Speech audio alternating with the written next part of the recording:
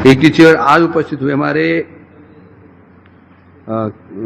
जीबीएसटी के सेक्रेटरी श्री भक्ति वेदांत गोविंद महाराज का तिरुभाव हो गया रात को आगामी गत रात्रि पता नहीं कितने बजे, पता नहीं। तो उन्होंने अध्यय त्याग दिया। आज 9 दिन में उनका संस्कार होगा। यहाँ हजन कुछ लोग गए हैं।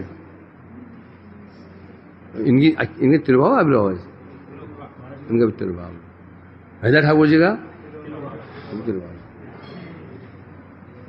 पुण्यतिथि है। तो शास्त्र में सुनते हैं हम लोग, प्रहलाद महाराज ने कहा था नैसा मतिस्तावत क्रमांघ्रिंग स्पृश्च तनर्थो अपगमो जदर्थ मही असाम पाद रजो भेद अभिषेकम निष्किंचना नाम वर्णित जावत।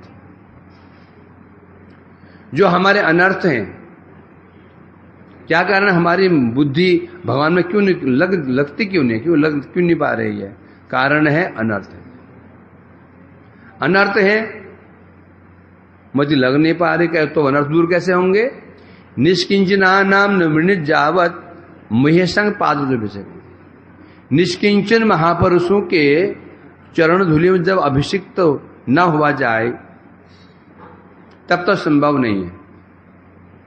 निष्किंचन महापुरुषों की चरण धूलि में अभिषिक्त हुआ जाए तभी अनर्थ दूर होंगे और तभी मति भगवान में लग सकती है। और चरण धूलि मीन्स क्या? चरणों में धूलि लेकर सिर में लपेट लो है। चरण धूलि में क्या? उनके आचरण को, उनके विचारों को ग्रहण करना। महापुरुष जगत में आते क्यों हैं? जैसे महापुरुष सिद्ध है, पता चल जाता है कि सामान्य साधक नहीं है, अनर्थग्रस्त साधक नहीं है, भजन के हम साधन करने के लिए आए थे, ऐसे लगता नहीं।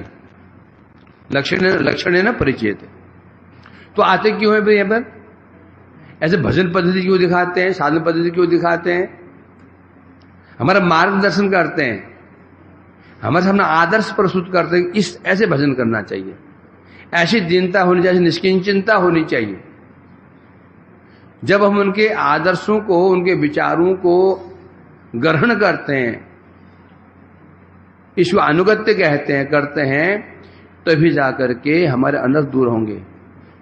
प्रेम भक्ति और मंजरी भाव तो बहुत दूर की बात है, बहुत दूर की बात है। सामान्य क्रोध को हम जीत नहीं पा रहे हैं, सामान्य क्रोध को, सामान्य ईर्ष्या को, जो कि इस जगत की वस्तु है, जिसमें हमारा कंट्रोल हो सकता है। अपराकित कृष्ण प्रेम कैसे प्राप्त कर सकते हैं? तो ये जो महापुरुष का जीवन चरित्र हम जो देखा, निष्किंचन किसे कहते हैं? ये निष्किंचन। अम्बरीश महाराज निष्किंचन, प्रहलाद जी निष्किंचन। इतना कुछ तो था। सब कुछ होने पर भी अहम, मैं और मेरा नहीं था, बस यही है। इसे कहते हैं निष्किंचनता। सब समर्थ, अच्छे परिवार से, पढ़े लिखे, जन्म ऐश्वर्य शुद्ध शिवी, चार चीजें उधर डुबाने, जो 4 चीजें डुबाने वाली होती हैं इस संसार में, जन्म ऐश्वर्य शुद्ध श्री, ये चारों से संपन्न थे।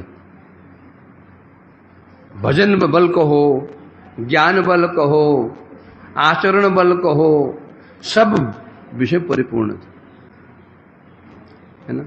यदि हम इनका अनुगत्य कर, जैसे उन्होंने भजन साधन किया, उसको अनुगत्य कर सकें तो समझेंगे हमने जो हम तिथि बनाने जा रहे हैं विरह तिथि बन गई। अभी तो हम विरह नामात्र का विरह कर रहे हैं, विरह है ही नहीं है। विरह कब होता है? जब किसी व्यक्ति से हमारी आत्मीयता हो जाती है, संबंध ज्ञान हो जाता है, जब हमें उससे कुछ मिलता है। एक व्यक्ति दिल्ली से आता था तो तुम हर महीने आकर के एक गड्डी नोट दे देता था। जब भी आता 50,000 रुपये पकड़ा देता था। नया फोन चलता था वो दे देता था। वो मर गया, हार्ट अटैक हो गया। अब क्या होगा? खूब कष्ट होगा, हाय देखो चला गया। क्यों? कई लोग मर रहे हैं, तो उसे कष्ट क्यों हुआ? उसे मुझे मिल रहा था। जब तक हमें यह अनुभव नहीं हो जाएगा हमें क्या मिला, चाहे गुरुजी हो चाहे ऐसे महापुरुष से मिला क्या, जब तक हमें मिला क्या इसका अनुभव नहीं होगा तब तो जो हम तिथि बना रहे हैं ना ये केवल और केवल आडंबरी बन जाता है। शुक्र जरूर बन सकती है, बेकार तो नहीं जाएगा, तो वास्तव में जो हम विरह तिथि बनाते हैं विरह तब होता है उनसे हमें क्या मिला और क्या और आगे क्या मिल सकता था। हम वंचित अस्मि, वंचित मैं वंचित हो गया, मैं वंचित हो गया, तब विरह उत्पन्न होता है। और अब ये आत्मीयता आएगी कैसे, या उनसे हमें क्या मिला इसको हम समझ कैसे पाएंगे? साधन पद्धति, जो साधन पद्धति बताए गए हैं गुरुवर्ग लोग, उसका हम पालन करेंगे अवश्यमेव। उसमें कहा था ना, पढ़ने की जरूरत नहीं, सुनने की जरूरत नहीं। यहां पर भागवत जी ने कहा था गोपकुमार को, स्वयं एव तुम वृंदावन में जाओगे, तुम्हारे गुरु के दर्शन होंगे, नितरांग निशेषेण नितरांग सम्यक तुम्हें सब तत्व ज्ञान हो जाएगा, अनुभव हो जाएगा, स्वयं चेष्टा नहीं करनी पड़ेगी। क्योंकि परमार्थ में हमारी चेष्टा चलेगी नहीं। हमारी इंद्रिय जड़ है, मन जड़, बुद्धि जड़, और साधन इनसे हमें करना है। तो क्या उपाय है? कृपा। और कृपा कब होगी? जब हम उनका अनुसरण करेंगे, उनके बताइए मार्ग पर चलेंगे, परिश्रम करेंगे। दृष्टा परिश्रमम, जब वो महापुरुष देखेंगे अच्छा ये साधक खूब परिश्रम कर रहा है, बेचारा नहीं कर पा रहा है, परिश्रम कर रहा है, करने की इच्छा है, सारा काम वो अपने आप को स्वयं है वो और स्वयं कर देते हैं। यदि हम अपनी चेष्टा से लगे रहेंगे, अहंकार हम कर लेंगे, हम जान लेंगे, तो भैया तो शास्त्र बोलते ब्रह्मा जी कह दिया, जानंदु किम बहुत्या। अनेक जानने वाले आए, जानने वाले चले गए। तो आज उनकी तिथि हम बनाने जा रहे हैं। अभी वैष्णव लोग उनकी महिमा सुनाएंगे। हमें धीर कृष्ण प्रभु, कृष्णदास प्रभु और अमल प्रभु और उनके आश्रित श्री माधवदास ब्रह्मचारी आदि। अभी धीर कृष्ण प्रभु हम उनकी महिमा सुनाए कुछ। हाय नंबर सब बताइए हैं। चक्षुरुन्मीलितं येन तस्मै श्रीगुरवे नमः। गुरवे गौरचन्द्राय राधिकाय तदालये कृष्णाय कृष्णभक्ताय तद्भक्ताय नमो नमः। वाञ्छाकल्पतरुभ्यश्च कृपा सिन्धुभ्यैव च पतितानां पावनेभ्यो वैष्णवेभ्यो नमो नमः। श्रीकृष्ण चैतन्य प्रभु नित्यानंद श्री अद्वैत गदाधर श्रीवासादि गौर भक्तवृंद। हरे कृष्णा कृष्णा कृष्णा हरे हरे, हरे राम राम राम हरे हरे। सर्वप्रथम अपने गुरु पाद पद्म नित्य लीला प्रविष्ट ओम विष्णुपाद अष्टोत्तर श्रीमद भक्ति वेदांत नारायण गोसाई महाराज जी एवं शिक्षा गुरुपाद पद्म नित्य लीला प्रविष्ट ओम विष्णुपाद अष्टोत्तर श्रीमद भक्ति विज्ञान भारती गोसाई महाराज जी के चरण कमलों में अनंत कोटि दंडवत प्रणाम करते हुए उनकी अहेतु की कृपा की प्रार्थना करता हूँ। पूज्यपाद परमेश्वरी प्रभु, पूज्यपाद धीर कृष्णा प्रभु, उपस्थित समस्त वैष्णवी को यथा योग्य प्रणाम करता हूँ। परम सौभाग्य का दिन है आज। इतनी विशेष तिथियां हैं। श्री नामाचार्य हरिदास ठाकुर जो अभी प्रभु जी बता रहे थे विरह किसको होगा, स्वयं श्री चैतन्य महाप्रभु ने जिनका विरह महोत्सव पालन किया, कितनी अद्भुत बात। ऐसे श्री नामाचार्य हरिदास ठाकुर जी की आज तिरोभाव तिथि है और उसी तिथि को ही अवलंबन करके श्रील भक्ति विज्ञान भारती गोसाई महाराज जी भी इस जगत से अप्रकट हुए। बहुत सारी उनकी स्मृतियां हैं। हम लोग उनसे हरि कथा सुनने के लिए जाया करते थे, विशेष रूप से जगन्नाथपुरी में। वहां पर पहले श्री चैतन्य गौड़ी मठ में और बाद में फिर हमारे दामोदर गौड़ी मठ के पास में ही श्रील महाराज जी ने एक स्थान लिया था, उसमें हम लोग प्रतिदिन हरि कथा सुनने के लिए जाया करते थे। महाराज जी का जो जीवन चरित्र है बड़ा ही अद्भुत और आचरण युक्त है। कल प्रभु जी के साथ में थोड़ा विचार चल रहा था हम लोगों का कि भक्ति के लिए संस्कार बहुत जरूरी है। संस्कार ही सभी को अपने अपने, जैसे गीता में भगवान कहते हैं, स्वभाव जेन कौन्ते निबद्धः स्वेन कर्मणा कर्तुम नेच्छसि। अनिच्छा पूर्वक भी तुम युद्ध करोगे। अभी तो तुमको मोह हो रहा है, ये मेरे सब सगे संबंधी हैं, मैं युद्ध कैसे करूं, लेकिन तुम्हारा स्वभाव है। तो स्वभाव कैसे बना? संस्कारों से बना, पिछले जन्म के। इसी प्रकार से हम लोग मठ में भी प्रतिदिन हर क्षण देखते हैं, हर ब्रह्मचारी सन्यासी जो कुछ भी अपने स्वभाव के वशीभूत होकर ही कर्म कर रहे। इसलिए भक्ति करने के लिए भक्ति के संस्कार बड़े आवश्यक हैं। इसलिए महाराज जी का देखा जाता है, यद्यपि बताया 2 प्रकार के महापुरुष होते हैं, एक साधन सिद्ध, एक नित्य सिद्ध। तो महाराज जी का बाल्यकाल से ही जो आचरण है एकदम, जैसे किस प्रकार से साधन भजन करना चाहिए। महाप्रभु जगत में 2 प्रकार के आदर्श दिखाते अपने परिकरों के माध्यम से। बाल्यकाल से ही एक तो जो वचन बोल दिया, कुछ भी ऐसे तैसे बोला नहीं, विचार करके सोच समझ करके कुछ भी बोला, और जो बोला उस पर बिल्कुल दृढ़ता पूर्वक निष्ठा पूर्वक पालन करना। 8 वर्ष की उम्र में उनका उपनयन संस्कार हुआ था।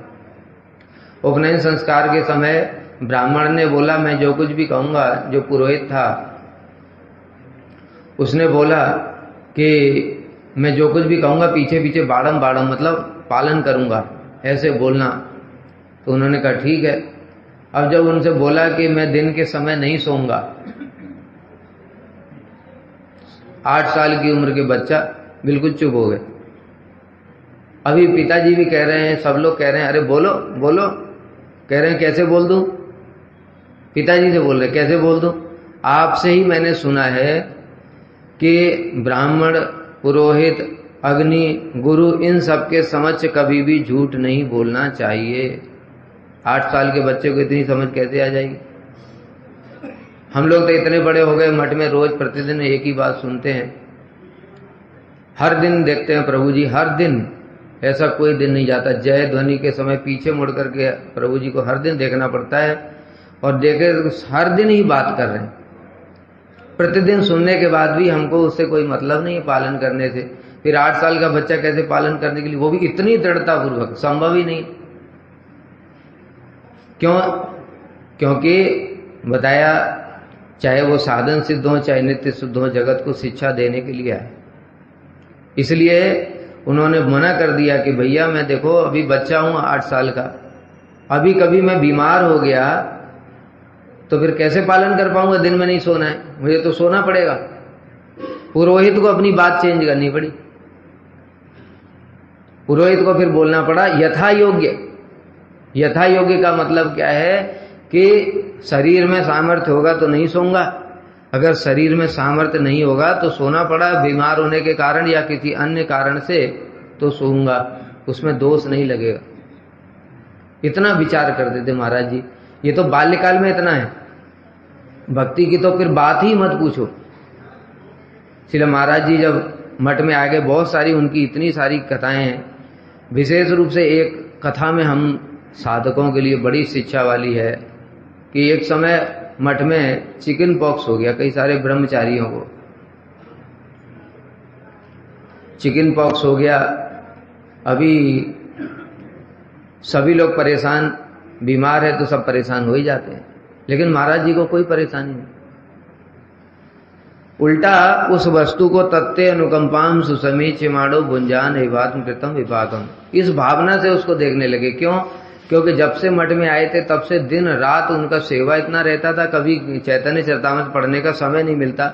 बार बार जैसे हम लोग कथाओं में भी सुनते हैं, चैतन्य चरितामृत हमारे लिए सबसे श्रेष्ठ ग्रंथ है। अभी लेकिन कभी पढ़ा नहीं, तो इच्छा होती थी पढ़ने की, लेकिन समय नहीं है। अभी चिकन पॉक्स हो गया तो दिन रात उसी में आविष्ट रहते। यहाँ तक कि श्रील प्रभुपाद जी के शिष्य थे श्री कृष्ण केशव प्रभु, उन्होंने देखा कि दिन रात पढ़ता ही रहता है, तो कहा ब्रह्मचारियों से इसका ध्यान रखो कि पता नहीं पागल ना हो जाएगी। इतना आवेश हो गया था उनका चैतन्य चरितामृत पढ़ने में। और जब इतना आवेश हो जाएगा भक्ति के अंग पालन करने में तो दर्द पता ही नहीं चलेगा। बाकी सारे ब्रह्मचारी परेशान है, उनको कोई टेंशन ही नहीं। ये शिक्षा है हम लोगों के लिए। जरा सा हमको सर्दी खांसी बुखार थोड़ा सा भी हो गया तो बस बेड पकड़ लेते हैं। थोड़ा सा भी मतलब देखने से भी पता चलता है कि आराम से आकर के, अरे रूम में बैठेंगे तो यहां भी तो बैठना ही है, अंतर क्या है? लेकिन साइकोलॉजी है, मैं बीमार हूं बस ये सोच लिया मन में तो बीमार है, फिर क्या है? ये तो कुछ नहीं हो सकता। इसलिए महाराज जी ने पहले तो ये, फिर उसके बाद में एक श्रील भक्तिदत्त माधव गोस्वामी महाराज जी को पता चला तो उन्होंने पत्र लिखा मठ के इंचार्ज को और कहा कि ये जो बीमार लोग हैं इन सब के लिए खाने पीने की व्यवस्था, पूड़ी हलवा इत्यादि व्यवस्था करके रखना। तो किसी ने व्यवस्था नहीं करी। जब व्यवस्था नहीं की तो ब्रह्मचारियों ने फिर इनके पास में आकर के शिकायत करी कि देखो आपकी तो गुरु जी के साथ में बड़ा घनिष्ठ संबंध है।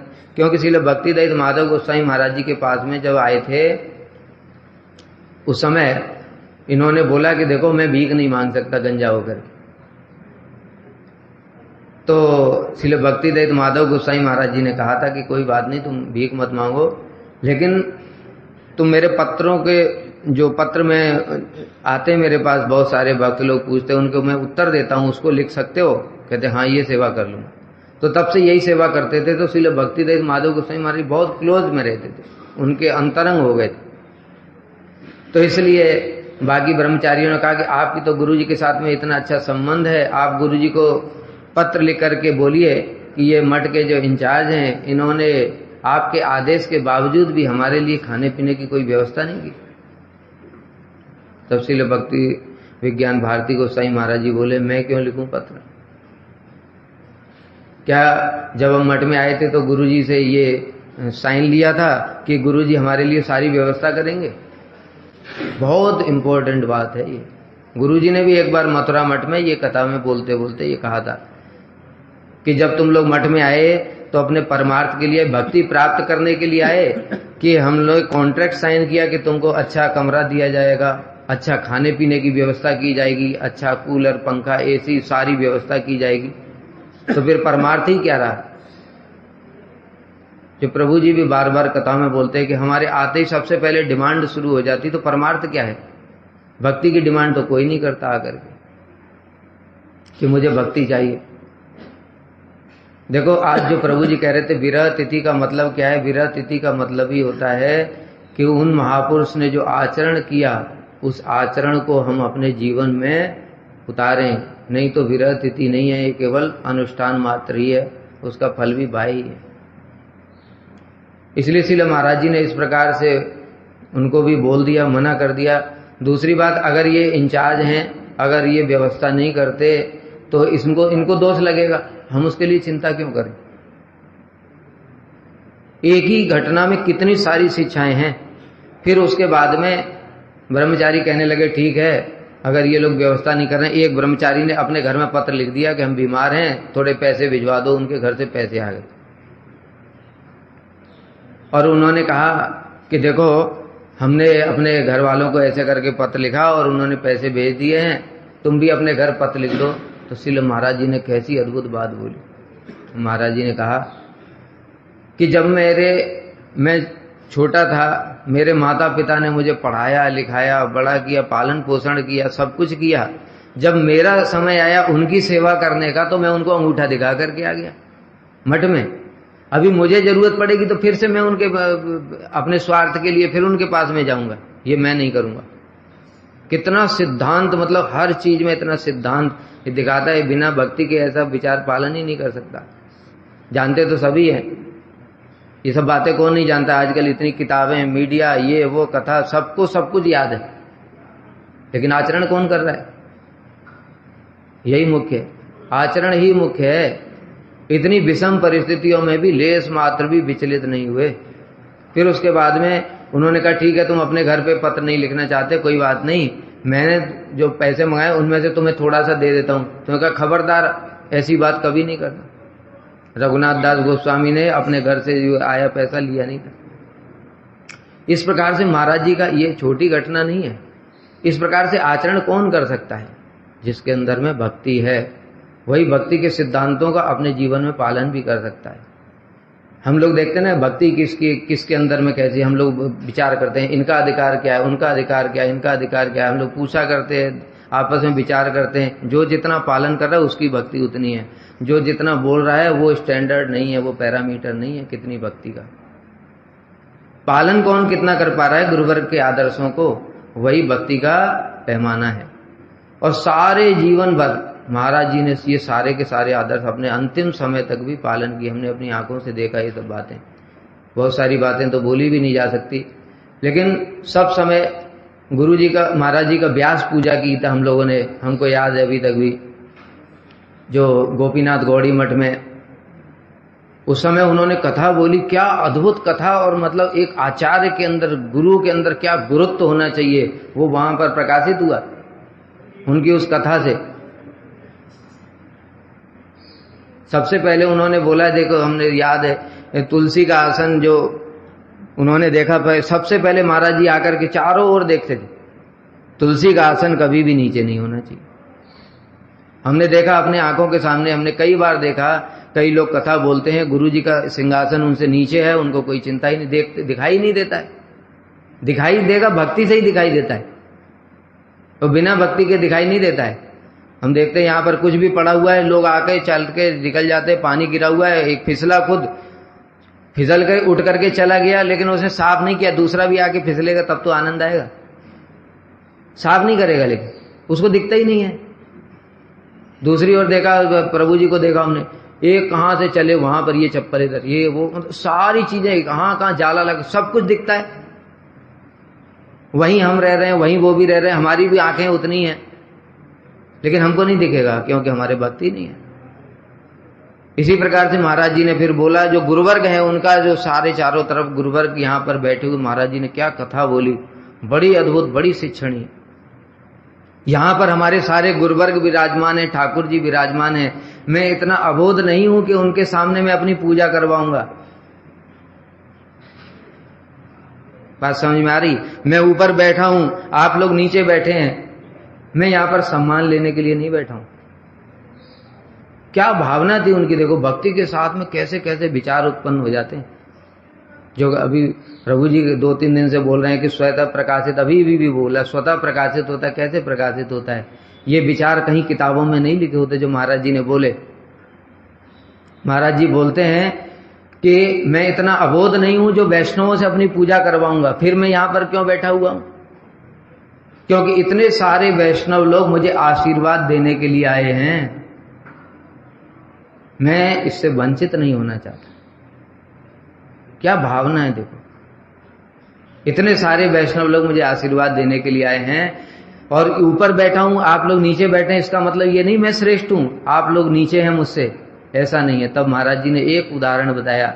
गरुड़ जी तो, हनुमान जी तो भगवान के चरणों में बैठ करके सेवा करते हैं और गरुड़ जी ऊपर में बैठ करके सेवा करते हैं। गरुड़ जी का देखा स्तंभ, गरुड़ ऊपर, भगवान का विग्रह जहां रहता है ऊपर मेरे गरुड़ जी का रहता है, तो ऊपर हो गए तो क्या उनसे श्रेष्ठ हो गए भगवान से? नहीं, गरुड़ जी ऊपर में बैठ करके सेवा कर रहे हैं। और फिर महाराज जी ने एक उदाहरण भी दिया था कि एक समय परिक्रमा के समय मुझे श्रील भक्ति दत्त माधव गोस्वामी महाराज जी ने उनको महाप्रभु का विग्रह लेकर के चलने के लिए दिया था। तो सबसे आगे चल रहे थे, लेकिन जब कथा शुरू हुई तो प्रभुपाद जी के सब गण आगे बैठे थे, वो महाराज जी पीछे बैठ गए। तब श्रील भक्ति दत्त माधव गोस्वामी महाराज जी ने कहा कि तुम आगे आकर के बैठ जाओ, तो उनको संकोच हुआ क्योंकि प्रभुपाद के गण सब बैठे हुए हैं, उनके आगे कैसे बैठ जाऊंगा मैं। तब उस समय श्रील भक्ति दत्त माधव गोस्वामी महाराज जी ने यही शिक्षा दी कि देखो सेवा के लिए अगर हमको आगे बैठना पड़े तो आगे, क्योंकि वो महाप्रभु का विग्रह लिए हुए, इसलिए वो सेवा के लिए तुम आगे बैठ रहे हो, अपने लिए नहीं बैठ रहे। तो इस प्रकार से देखो महाराज जी का क्या अद्भुत विचार था कि मैं वैष्णवों से पूजा कराने के लिए यहां पर नहीं आया, वैष्णवों से आशीर्वाद लेने के लिए आया। अभी हम लोग ये बात सुन लेते हैं तो हम लोग भी और प्रतिष्ठा की कामना से ये बात तो बोल देंगे, लेकिन हृदय में तो वो बात नहीं आई है, क्योंकि वो बात आती है तो अपने आप कुछ दूसरा भी कुछ बोलते हैं। जैसे महाराज जी ने बोला कि ऊपर बैठना और नीचे बैठने का क्या तात्पर्य है, सब बैठ करके सेवा कर रहे हैं यहाँ पर। ऐसे महाराज जी का बहुत सारा आदर्श था। हम लोग हर दिन ही जाते थे, थोड़ा महाराज जी का संग करने का सौभाग्य प्राप्त हुआ। और महाराज जी का जैसा बताया कि आचरण था ब्रह्मचारियों के लिए, तो प्रतिदिन उसको पढ़ करके चिंतन करना चाहिए। इसी के साथ मैं वाणी को विराम देता हूँ। वांछा कल्पतरुभ्यश्च कृपा सिंधुभ्यैव च पतितानां पावनेभ्यो वैष्णवेभ्यो नमो नमः। पानी जाएगा नहीं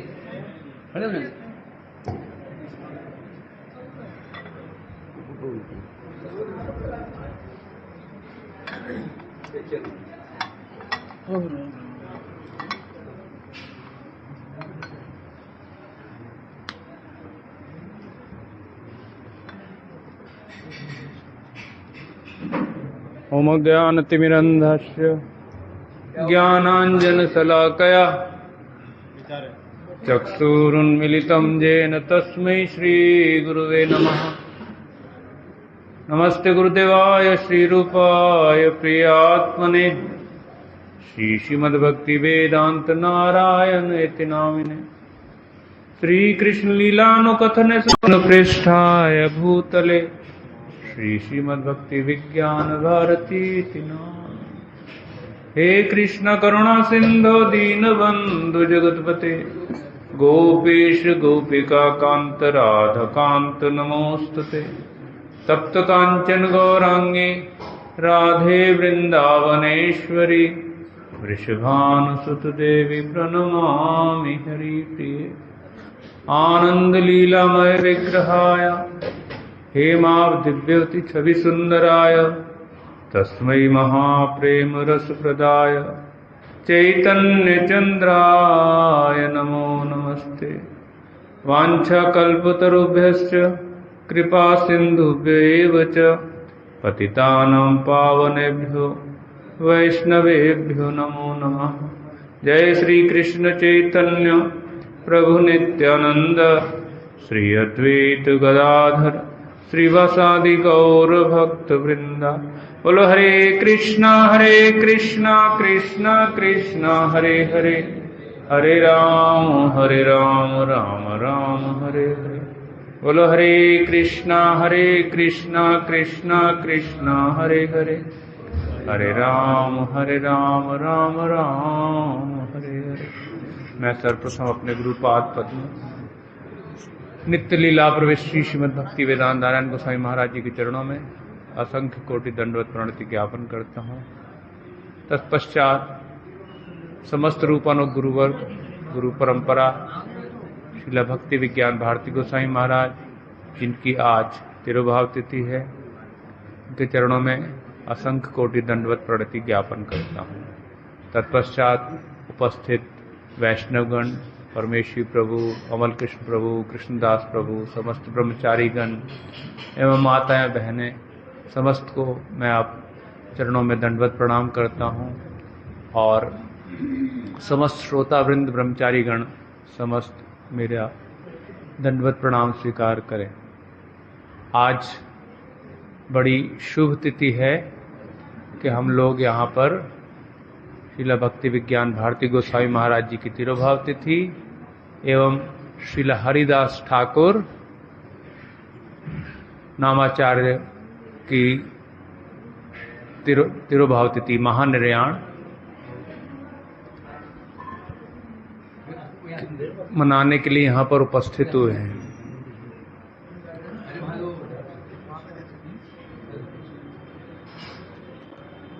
प्रारंभ में प्रभु जी बता रहे थे नैषा मतिस्तावत रुक्रमांग्र, तब तक भगवान के चरणों में मति नहीं होगी जब तक अनर्थ निवृत्ति नहीं होगी। तो भजन में प्रगति का क्रम क्या है?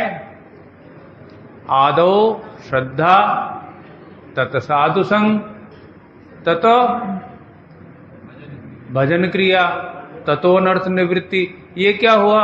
ये तो भजन क्रिया पहले ही प्रारंभ हो गई, अनर्थ निवृत्ति तो बाद में आई। ये कैसे हो सकता है? बिना अनर्थ निवृत्ति के भजन होगा नहीं। और भजन क्रिया आ गई तृतीय क्रम पे। कैसे हैं? जोर से बोलो। नहीं, साधु संग तो हो गया, आदौ में ही साधु संग आ गया पहले पूर्व जन्मों का। तब क्या हुआ? श्रद्धा हुई, फिर दूसरा साधु संग आया, फिर उसके बाद अनर्थ निवृत्ति आनी चाहिए थी। भजन क्रिया क्यों आई? क्योंकि भजन क्रिया अनिष्ठिता है, निष्ठिता नहीं है। निष्ठा तो भजन क्रिया, नैष्ठिक की भजन क्रिया हो गई, जिसका भागवतम में गुण गाया गया है भक्ति भवती नैष्ठ की। तो इसलिए अनिष्ठिता भजन क्रिया में अब ये सब कुछ चल रहा है, देख कर भी हम लोग नहीं देखते, है ना। तो जैसे शीला भक्ति विज्ञान भारती महाराज जी के चरणों में मैं पहला बार जब उनका दर्शन हुआ तो मैं उनके कमरे में गया, माधव प्रिय प्रभु नीचे बैठे हैं, भक्ति विज्ञान भारती महाराज जी पलंग पर बैठे हैं और अखबार पढ़ रहे हैं। तो मैंने सोचा अखबार तो मैं भी पढ़ता हूं, महाराज जी भी अखबार पढ़ रहे हैं, तो क्या अंतर होगा, चलो कुछ प्रश्न करते हैं महाराज जी से। तो मैंने महाराज जी से प्रश्न किया, महाराज जी मैं जगन्नाथपुरी मंदिर दर्शन करने गया और मंदिर के बाहर जो शिल्प कला है, जो मूर्तियां हैं, उनमें तो सारी काम लीला दिखाई गई है। महाराज जी सुनते रहे। मैंने कहा मंदिर में भी ऐसी जो कामासक्त स्त्री पुरुष को दिखाया जाता है, इसकी क्या आवश्यकता है? महाराज जी ने अखबार नीचे रखा, बोले तुम कहां से आए हो? मैंने मैं वृंदावन से आया हूं, श्रीला गुरुदेव भक्तिवेदांत नारायण गोसाई महाराज जी के चरणों में आश्रित हूं। तो तुम यही देखने आए कि वहां पर काम लीला है, और कुछ दिखा नहीं तुमको? ये हम लोगों की दृष्टि है, क्योंकि पूर्व जन्मों के संस्कार सुदृढ़ नहीं है।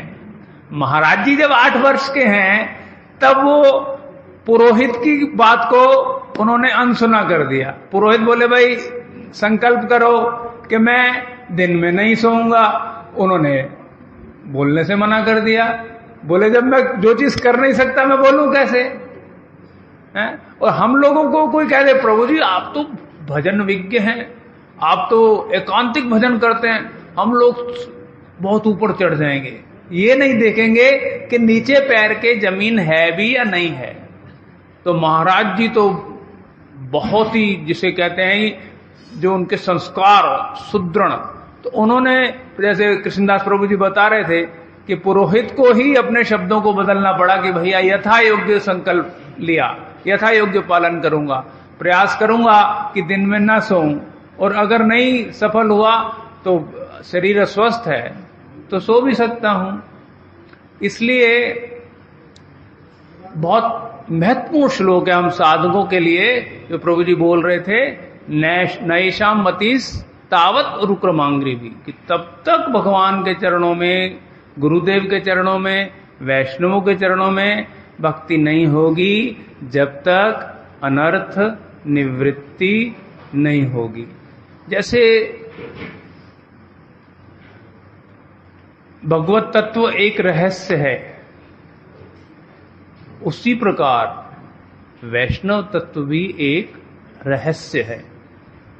किसी को बाह्य आचरण के द्वारा हम नहीं समझ सकते कि वो वैष्णव है या नहीं है। इसलिए क्या कहा गया? गुरु पदाश्रयास तस्मात् कृष्ण दीक्षादि शिक्षणम। सबसे पहले क्या होगा? गुरु के चरणों में आश्रय लेना पड़ेगा, विधिवत रूप से दीक्षा होगी। दीक्षा तो हुई, लेकिन ये दीक्षा कैसी हुई? अनुष्ठान की। अनुष्ठान मात्र है, फॉर्मेलिटी मात्र है। चित्त अस्थिर है, चलो इसको पुजारी बना दो, क्योंकि इधर से घंटी बजाएगा, उधर से अगरबत्ती चलाएगा, दोनों हाथों से अलग अलग विपरीत अगर क्रिया होगी तो चित्त स्थिर नहीं होगा तो भी हो जाएगा। ये विधियां हैं वैदिक भक्ति के अंतर्गत। अतः गुरु पदाश्रयास तस्मात् कृष्ण दीक्षा आदि शिक्षणम। अब जो कृष्ण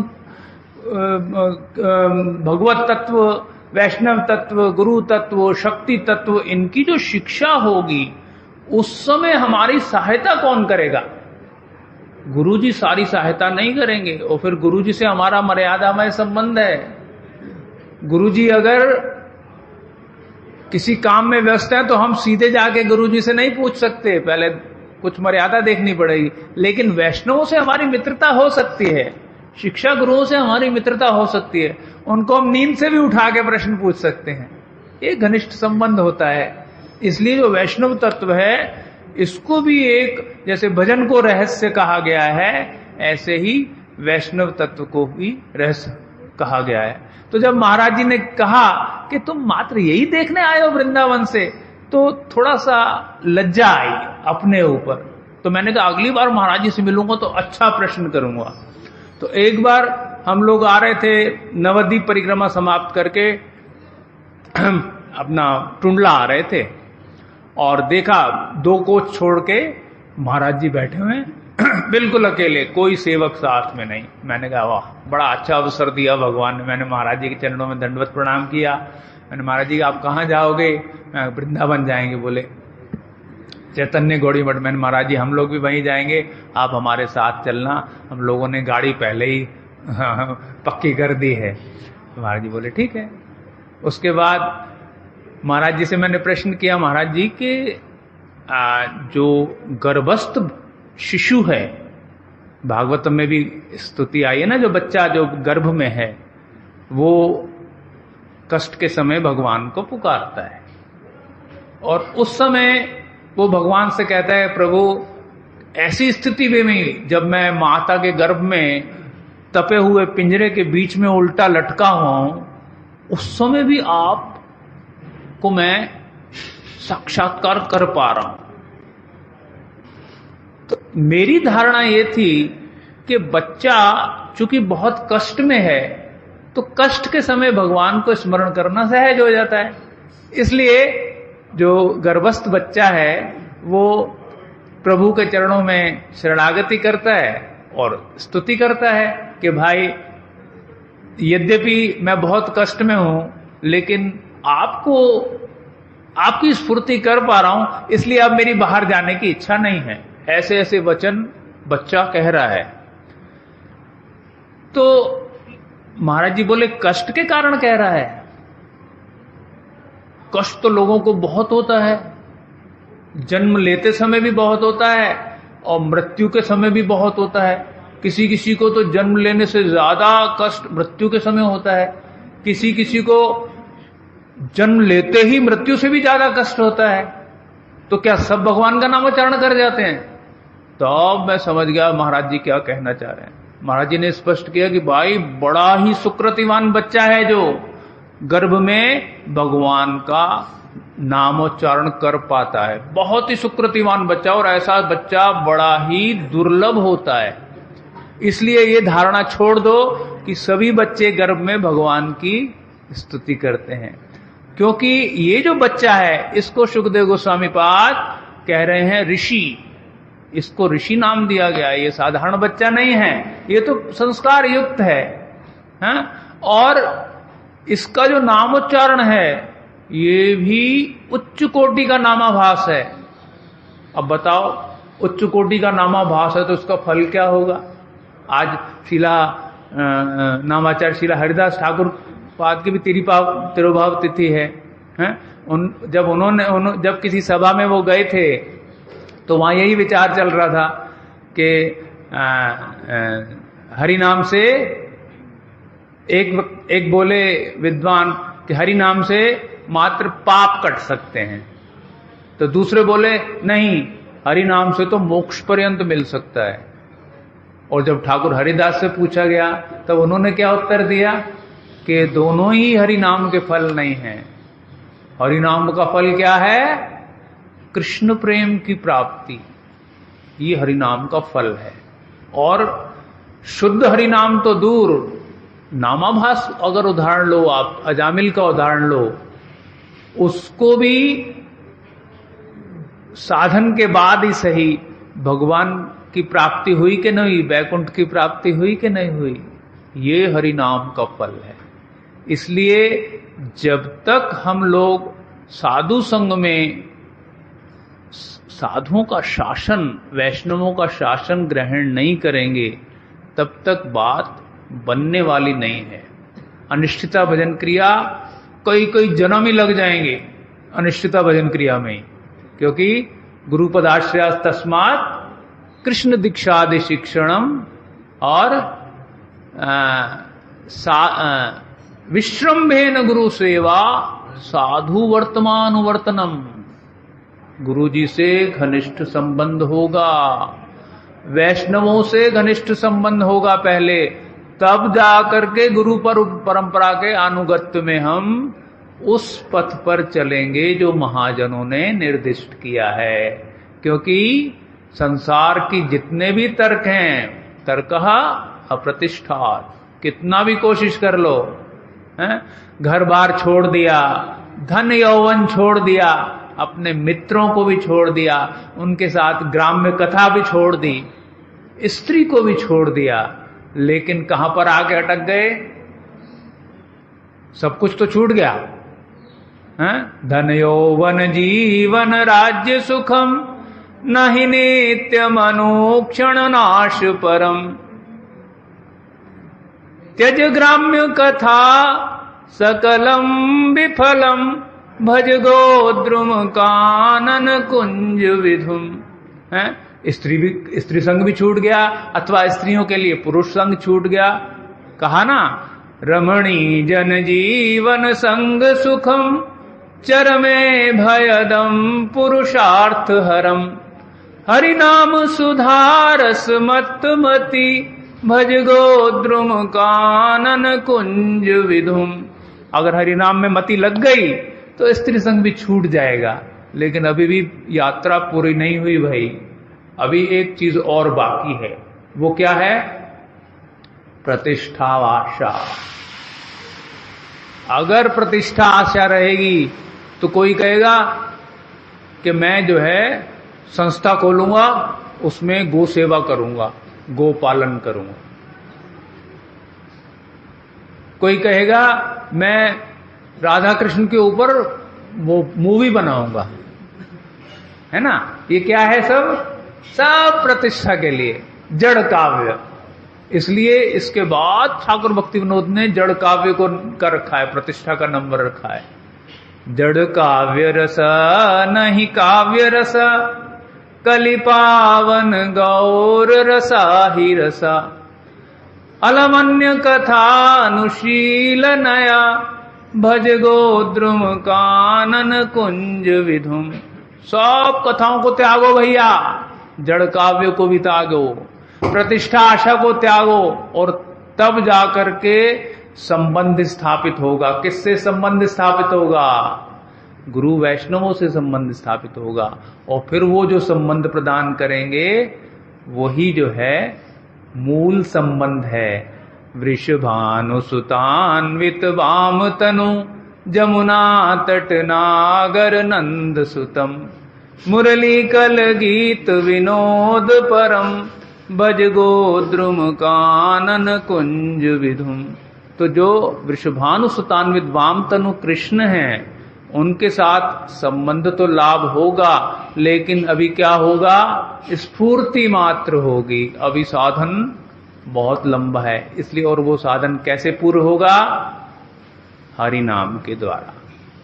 और गौड़ीय जनों पर महाप्रभु की बहुत बहुत कृपा है, इसलिए वो जब चैतन्य महाप्रभु का, नित्यानंद प्रभु का आश्रय लेंगे, उनके अनुगत में जो वैष्णव गण हैं उनका आश्रय लेंगे, तब जाकर के हमारा साधन परिपाटी जो है चलेगी, प्रारंभ होगी। और यहां से प्रारंभ करके जो सभी तत्व, गुरु तत्व, वैष्णव तत्व, शक्ति तत्व, कृष्ण तत्व, सब में अभिज्ञता होगी।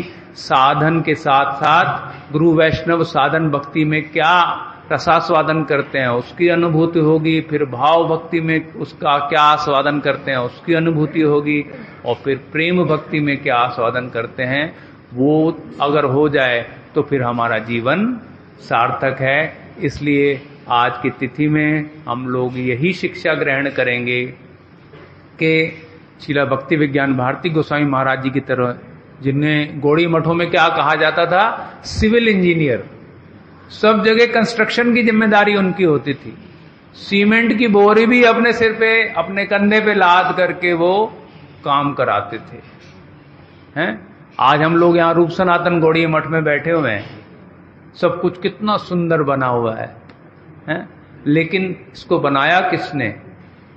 भक्ति वेदांत तीर्थ महाराज जी मथुरा से आते थे और सीमेंट की बोरी वो भी उठा के, बताया जाता है, वो भी उठा के मिस्त्रियों के पास कई बार ले जाते थे, लेबर जब कम होती थी तो।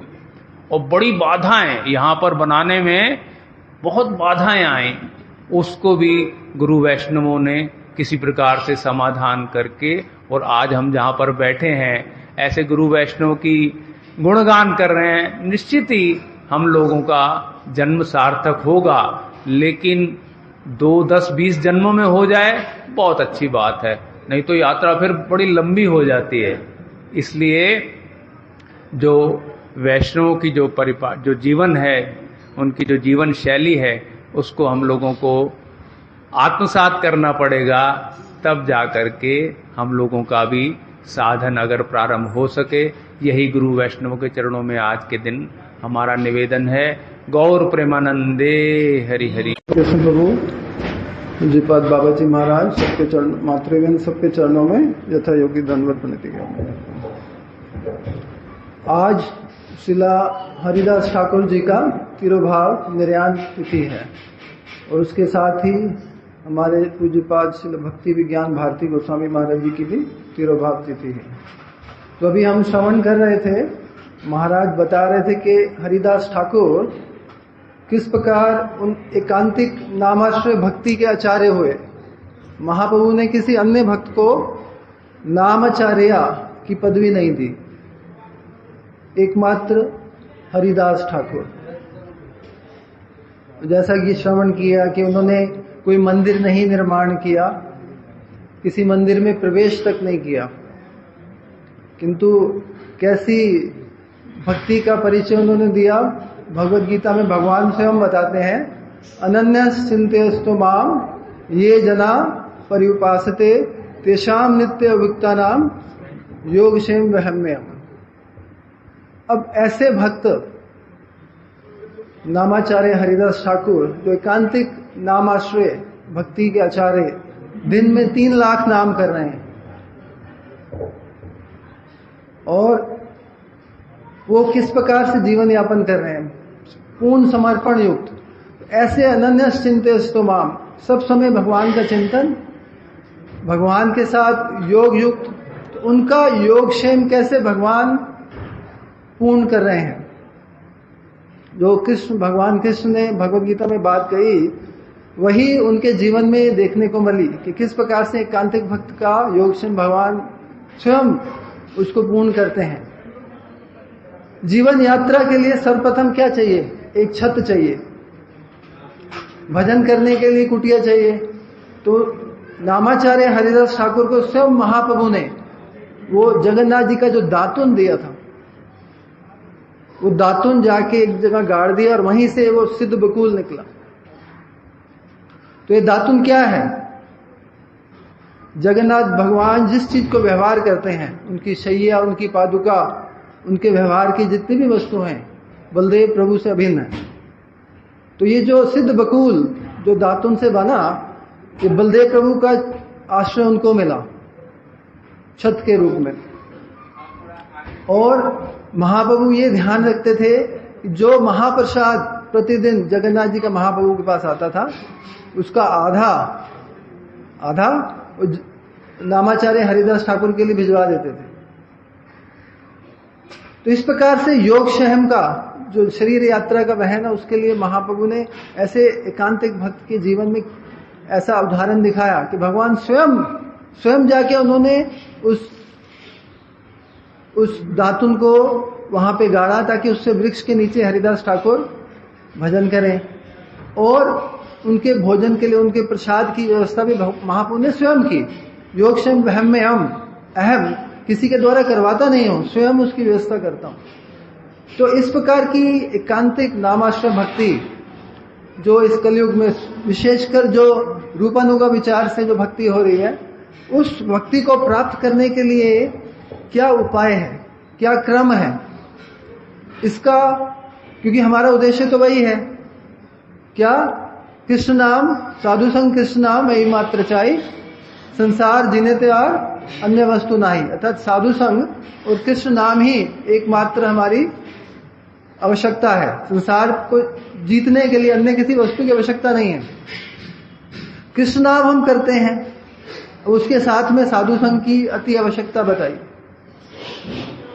और यही श्रील भक्ति विज्ञान भारती गोस्वामी महाराज जी ने अपने जीवन में अपने विचारों के द्वारा, अपने आचरण के द्वारा इस बात को खूब ठोक बजा के हमारे सामने परिवेशन किया कि वैष्णव सेवा, अभी दीदी बता रही थी कि वैष्णव सेवा कितनी महत्वपूर्ण है। हमने पीछे महाराज जी के आविर्भाव तिथि पे ये विचार दिखाया था कि किस प्रकार भक्ति विनोद ठाकुर महाप्रभु ने रामानुजाचार्य की संप्रदाय से दो विचार ग्रहण किए, एक तो एकांतिक भक्ति और दूसरा वैष्णव सेवा। और वैष्णव सेवा यदि आप रामानुजाचार्य की संप्रदाय में जाएंगे, देखेंगे कि किस प्रकार से वो वैष्णव सेवा वहां आरंभ हुई। अब यहाँ पे एक और विचार, उससे पहले हम देखते हैं कि भक्ति विनोद ठाकुर ने कीर्तन लिखा, शुद्ध भकत चरण रेणु भजन अनुकूल, भकत सेवा परम सिद्धि प्रेम लतिकार मूल।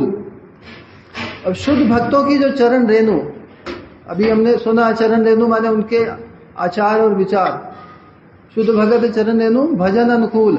अगर हम उसको स्वीकार करते हैं तो उससे हमारा भजन में अनुकूलता प्राप्त होगी।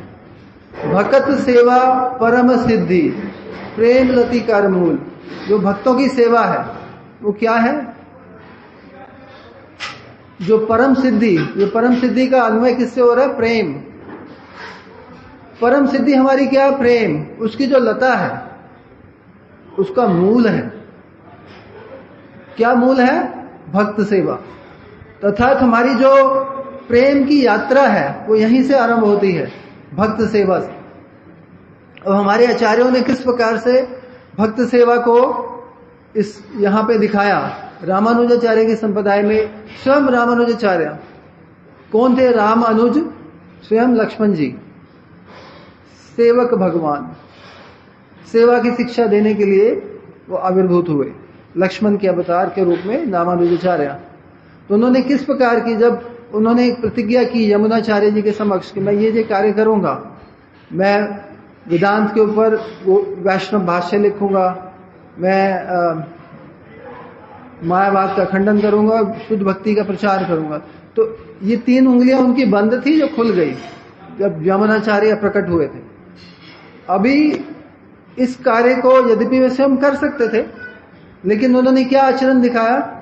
रामानुजाचार्य ने 6 महीने अपने ज्येष्ठ गुरु भाइयों के पास रहकर उनकी सेवा की। और जब सेवा के प्रभाव से जो उनको अर्जित हुआ, जो उनकी कृपा या जो ज्ञान बल, भक्ति बल, भजन बल, ये सब उनको प्राप्त हुआ, ये जागतिक लीला के अंतर्गत। अब उसी संप्रदाय में जो चीजें ग्रहण की, महाराज जी कहा करते थे कि हमारे 2 सेव्य हैं, वैष्णव और विष्णु, किंतु इनमें यदि दोनों में से किसी एक की सेवा का हमें उसमें से चूज करना है, उसमें से देखना है, तो हम किसकी सेवा को ग्रहण करेंगे? सर्वप्रथम वैष्णव सेवा, क्योंकि वैष्णव सेवा से विष्णु स्वाभाविक रूप में प्रसन्न हो जाते हैं। अब रामानुजाचार्य की संप्रदाय में किस प्रकार की वैष्णव सेवा हमने श्रवण किया बहुत बार, और उसमें जो हम देखते हैं कि उनके रामानुजाचार्य के 2 शिष्य थे, एक तो थे धनी और एक निर्धन। एक का नाम था धनुर्धर।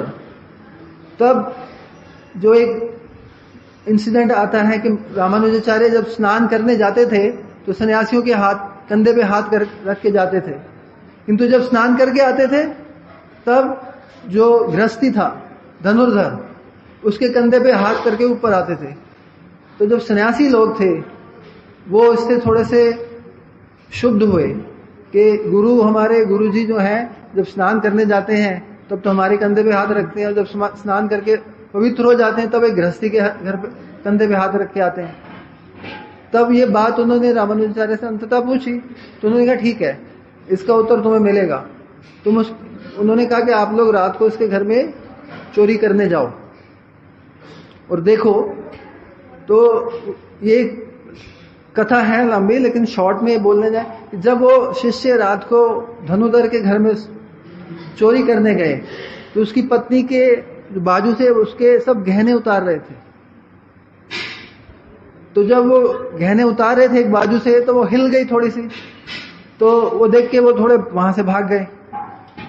तो प्रातः काल उसने अपने पति को बताया कि देखो, हमें लगता है कि गुरुजी को कुछ धन की आवश्यकता है। अब यहाँ पे उन्होंने ये नहीं सोचा कि आपके गुरुजी के शिष्य आए थे हमारे घर में चोरी करने के लिए, देखो कैसे लोग हैं। अब उनकी चिंताधारा देखिए कैसी है। वो कह रहे हैं कि गुरुजी को कुछ धन की आवश्यकता है। तो उन्होंने कहते हैं ठीक है, तुम्हारी एक बाजू से ले गए तो तुम्हारी दूसरी बाजू आगे कर देती। उन्होंने कहा हमने करने की चेष्टा की लेकिन वो वहां से भाग गए। तो ये बात वो शिष्य बाहर छुप के सुन रहे थे। तब उन्होंने देखा कि इनमें वैष्णव सेवा, गुरु सेवा की कितनी प्रगाढ़ता है। जो हम लोग छोटे छोटे कक्ष के लिए, मठ मंदिरों में छोटे छोटे कमरों के लिए लड़ते हैं, तो ये गृहस्थी की सेवा वृत्ति देखिए। उसी प्रकार से एक निर्धन जो उनका शिष्य था, रामानुजाचार्य एक बार किसी गांव में गए, वहां उनका निर्धन शिष्य था, तो थोड़ा लंगड़ा भी था, किंतु उनकी पत्नी थी वो थोड़ी सुंदर थी। तो वहां पे एक बनिया दुकानदार था, तो उसकी पत्नी पे कुदृष्टि थी। तो उसने उनको कई बार प्रस्ताव दिया कि तुम मेरी इच्छा पूर्ण करो, तुम्हारे लिए मैं जो कुछ भी चाहिए मैं दूंगी। किंतु वो सती थी, वो कभी उसकी बात नहीं मानी। किंतु जब ऐसा स्थिति आई, रामानुजाचार्य वहां आए, तो वहां पे उन्होंने अपने शिष्य के माध्यम से उनके घर में एक संदेश भेजा कि अभी गुरुजी आएंगे, आप उनके भोजन की व्यवस्था कीजिए। तो वो स्त्री तो बहुत प्रसन्न थी, किंतु वो कहे कि अब मैं क्या करूं, गुरु सेवा के लिए हम तो गरीब लोग हैं, इतने उनके साथ शिष्य भी, हमारा किस प्रकार से संभव होगा। तब उसके मन में आया कि वो जो बनिया था उसकी बात में उसने मुझे एक प्रस्ताव दिया था, तो मैं उसको बात को मान लेती हूँ और उसके माध्यम से ये सब वस्तुएं आ जाएंगी और गुरु सेवा हो जाएगी। इस शरीर का मूल्य क्या है अगर गुरु सेवा में नहीं लगा। तो बनिए के पास गई, उसने बोला कि आप ये जो वस्तुएं मुझे दे दीजिए, मेरे गुरुजी आए हुए हैं, तो आज रात को मैं आपकी बात मानूंगी, आपके पास आऊंगी। तब उसने खुशी खुशी उसको जितना सामान था दे दिया। वो घर जाकर उसने रंधन किया, गुरुजी को सब परिवेशन किया, प्रसाद भोग लगा के सबको संतुष्ट किया। अब रात को उनके पति स्वयं जब उनको पता लगा कि उन्होंने पूछा कि ये सब सामान कहाँ से लाई आप, उन्होंने कहा ये तो बनिए से लाई थी, मैंने आपको बताया था कि वो इस प्रकार की प्रस्ताव मुझे देता है, तो मैंने आज किया कि गुरु सेवा के लिए इस शरीर को भी मैं समर्पण कर दूंगी। तो उसने कहा कि तुम बहुत भक्तिमती हो। तो पति उसको स्वयं छोड़ने गया, तो साथ में वो थोड़ा सा रामानुजाचार्य का महाप्रसाद ले गई थी। तो जब उस बनिए के पास बोली तो वो प्रसन्न हो गया। उन्होंने कहा कि मेरा एक निवेदन है, आपकी इच्छा पूर्ण करने से पहले आप ये थोड़ा सा मेरे गुरुजी का महाप्रसाद ग्रहण कर लीजिए। तो जब उसने उस रामानुजाचार्य का महाप्रसाद ग्रहण किया तो एकदम उसका हृदय परिवर्तन हो गया और उसके चरणों में गिर गया कि तुम तो सती हो, एक महापुरुष की सेवा के लिए तुम ऐसा कार्य कर रहे हो, तो मुझे धिक्कार है कि मैंने तुम्हारे लिए ऐसा सोचा। तो ये सेवा की कितनी प्रगाढ़ता उनके संप्रदाय में दिखाई गई है, वैष्णव सेवा की, गुरु सेवा की। अब एक बात और महाराज जी बोला करते थे कि वैष्णव सेवा का सुयोग जब कभी उपस्थित हो उसे वहीं तभी ग्रहण करो, उसे विलंब नहीं करना। अब ये सारे विचार ऐसा लगता है कि ये रामानुजाचार्य की संप्रदाय से ही आ रहे हैं। कैसे हम लोग देखें, इसका एक घटना चैतन्य चरितामृत में मिलती है। जब चैतन्य महाप्रभु दक्षिण भारत की यात्रा में गए, वहां पर उन्होंने जब श्रीरंगम पहुंचे और वहां पे श्री रंगनाथ जी का दर्शन किया और दर्शन करके वो भाव विभुत हो गए, तो जो भट्ट परिवार जो 3 भाई थे, जब उन्होंने महाप्रभु को ऐसी दिशा में देखा तो ये तो कह रहे हैं कि बहुत उत्तम स्तर के भावुक सन्यासी हैं। तो तत्काल ही उन्होंने उनको निमंत्रण दिया कि आप चतुर्मास से हमारे साथ हमारे घर पे वास करके हम पे कृपा करें। तो उस समय उनके मन में ये बुद्धि नहीं थी कि भगवान है, उनको बहुत श्रेष्ठ सन्यासी वैष्णव मान रहे थे। तो उसी समय तत्काल उन्होंने विलंब किए बिना, क्योंकि उस संप्रदाय में विचार है वो कोई और उनको ना बोले, उससे पहले ही उन्होंने महाप्रभु को निमंत्रण दे दिया और उनके घर में महाप्रभु 4 मास तक रहे और उस प्रकार से उन्होंने उनके माध्यम से उन साधु संग प्राप्त किया, उनकी हरि कथा को श्रवण किया और हम जानते हैं कि किस प्रकार से आगे सब कथाएं हुई, महाप्रभु ने क्या क्या बातें वहां बोली। तो ये सब विचार महाराज जी अपनी जो कथाओं में बताते थे कि वैष्णव सेवा कितनी महत्वपूर्ण है। अब एक बार क्या हुआ, महाराज जी जैसा कि हमने श्रवण किया, महाराज जी कंस्ट्रक्शन में बहुत निपुण थे। किसी भी मठ में कंस्ट्रक्शन होता तो सब लोग महाराज जी को कंसल्ट करते थे। तो एक बार महाराज जी के किसी चैतन्य गौड़ीय मठ के किसी मठ में कंस्ट्रक्शन चल रहा था, तो क्योंकि वैष्णव सेवा की एक बात चलती है मठ का मतलब प्रधान रूप से, तो उन्होंने वहां से कोई भक्त, पंजाब से किसी भक्त ने कहा कि महाराज जी मठ की कंस्ट्रक्शन हो रही है तो हम लोग कुछ सेवा देना चाहते हैं ताकि यहाँ पे यात्रियों के लिए, ब्रह्मचारी जो मठवासियों के लिए कुछ कमरे बन जाएं। तो उन्होंने कुछ सेवा दी।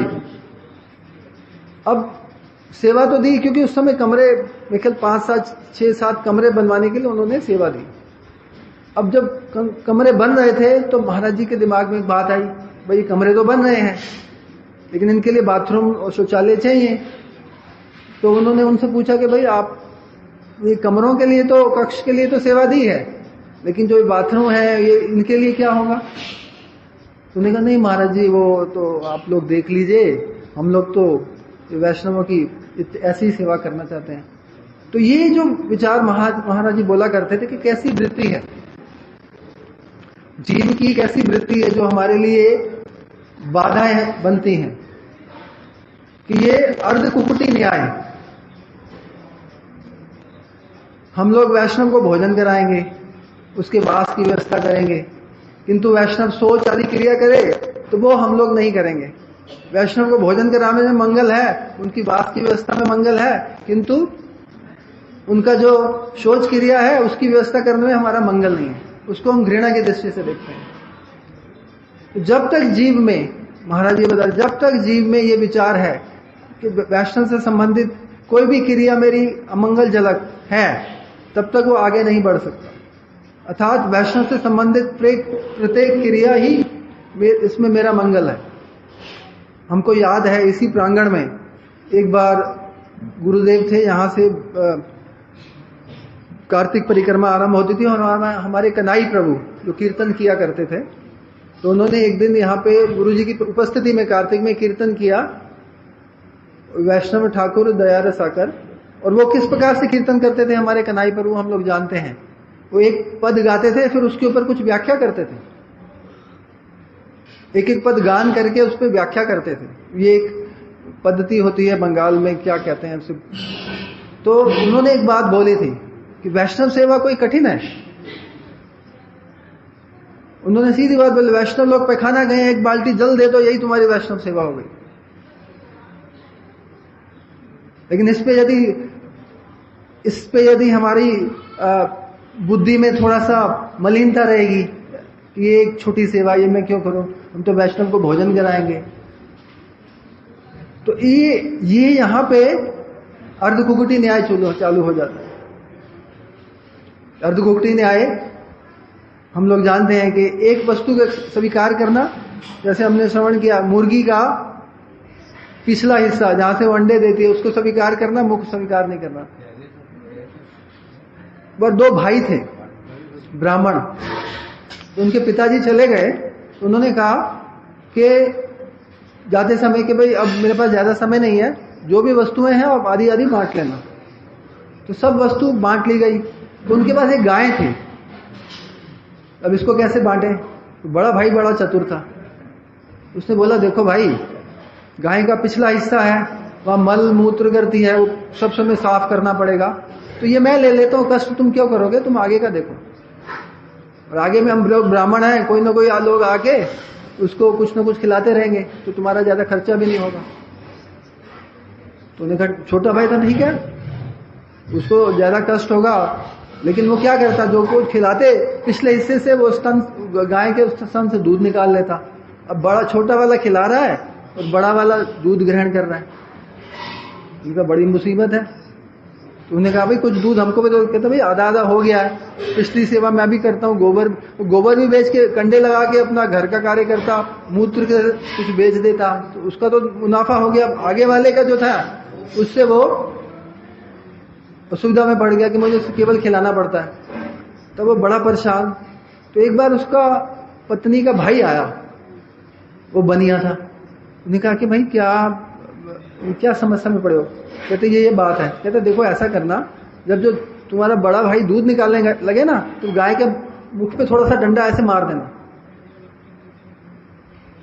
कहते ये तो अपराध। कहते नहीं, तुम ज्यादा उसको नहीं, थोड़ा सा ऐसे करना, थोड़ा मारना नहीं, ऐसे कर देना। ठीक है। तो जब भी दूध निकालने लगता, वो गाय के मुख पे ऐसे डंडा थोड़ा सा स्पर्श करता, तो गाय एकदम दूध निकालने से मना कर देती, कभी दुलत्ती मार देती, तो पिछले हिस्से से वो दूध ही निकाल नहीं पाया। तो ये जो विचार हम लोगों में है कि ये सेवा उच्च है, ये नीच है, ये ग्रहण करने से, ये वाली सेवा करने से मेरा ज्यादा फायदा वैष्णवों का, ये महाराज जी से शिक्षा हमको नहीं मिली। जो हमने भक्ति रंजन सागर महाराज जी के जीवन चरित्र में देखा, वो बोलते थे कि हमें समस्त वैष्णव, मेरे गुरुजी ने मुझे आज्ञा दी है नाम संकीर्तन और वैष्णव सेवा। उन्होंने ये नहीं बोला मुझे कि छोटा वैष्णव है या बड़ा वैष्णव है, किसकी सेवा करनी है। होइया छेन होई बेन प्रभुर जत दास, सबार चरण बंदो दंते करी घास। तो होइया छेन जो वैष्णव हो गए हैं, हम लोग उनकी तो सेवा बड़ी उत्कंठा से करते हैं। हमारे गुरुवर्ग हैं, बहुत उत्कंठा से पूजा हो रही है, अच्छी बात है, ऐसा होना भी चाहिए। होइया छेन लिखा गया, लेकिन होइबेन उनकी क्या सेवा। आज अगर हमारे गुरुवर्ग भक्ति सिद्धांत सरस्वती ठाकुर प्रभुपाद जी, हमारे परम गुरु जी भक्ति प्रज्ञान केशव गोस्वामी, या हमारे जितने भी गुरुवर्ग हैं, यदि वो हमारे भजन मार्ग की बाधा को दूर नहीं करते, हम लोगों की भजन मार्ग की बाधा को दूर नहीं करते, तो हम लोग भजन बाधा रहित नहीं हो पाता।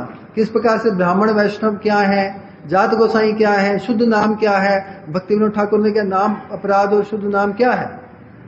तो इस अवस्था तक पहुंचने के लिए जो हमने बात की नामाचार्य हरिदास ठाकुर की नाम एकांतिक भजन, उस पर पहुंचने की पहली कड़ी क्या है, भक्त सेवा।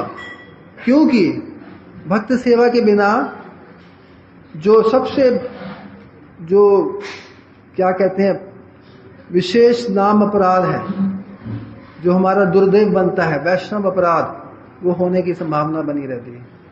तो सभी वैष्णवों का सम्मान करते हुए उनकी सेवा की यथासंभव चेष्टा करें। महाराज जी की यही शिक्षा थी, इसी को और क्योंकि इसी के माध्यम से वैष्णव अपराध ही हमारा नाम भजन में सबसे बड़ी बाधा बनता है। नाम भजन हम करते हैं, लेकिन जहां वैष्णव अपराध हुआ वही सांप सीढ़ी का खेल शुरू हो जाता है। वो सीढ़ी से चढ़ गए 99 तक लीडो गेम में, वहीं सांप अपराध हुआ तो वहीं नीचे आ गए। इस प्रकार से अवस्था होती है। यही महाराज जी की एक बहुत बड़ी क्या बोलते हैं शुभ चिंता हम लोगों के लिए कि वैष्णव सेवा और वैष्णवों का सम्मान यथायोग्य सम्मान करें। इसी के माध्यम से हम और उनकी कृपा से नाम भजन में आगे बढ़ सकते हैं। इसी को है कि हम लोग, मैं अपनी वाणी का विराम देता हूँ। कोई भूल त्रुटि हो तो वैष्णव लोग क्षमा करेंगे। वांछा कल्पतरुभ्यश्च कृपा सिंधुभ्यो पतिता नाम पावनेभ्यो वैष्णवेभ्यो नमो नमः। कृष्ण हरे हरे कृष्ण कृष्ण कृष्ण हरे हरे, हरे राम राम राम हरे हरे, हरे कृष्ण कृष्ण